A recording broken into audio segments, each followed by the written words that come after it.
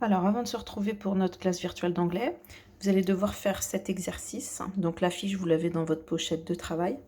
Dans le premier exercice, on vous dit look and write, c'est-à-dire qu'il faut regarder et écrire.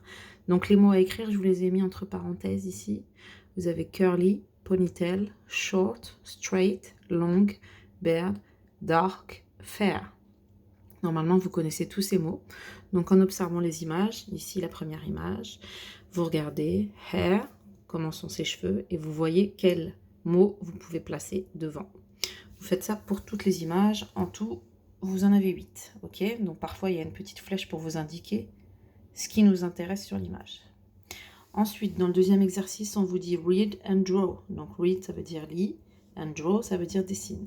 Vous avez 4 petites images, donc vous allez devoir dessiner au crayon de papier. Et vous avez donc 4 descriptions.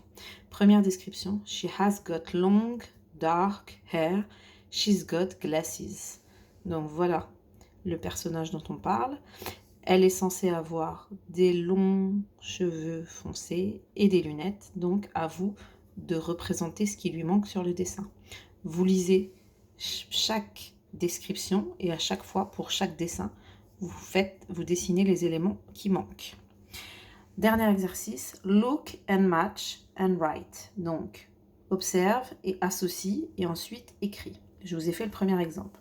Dans le premier exemple, on avait short and curly. Donc, il fallait trouver un personnage qui a les cheveux courts et bouclés. J'ai trouvé que c'était l'image F.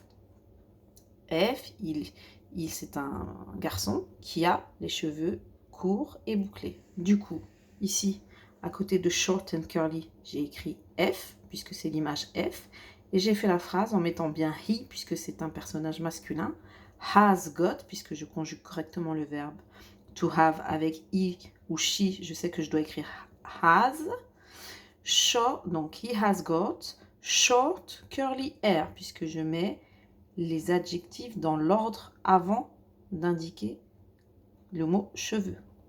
Vous devez faire la même chose pour les autres phrases. Donc ici, vous cherchez long and fair, à quelle image ça correspond.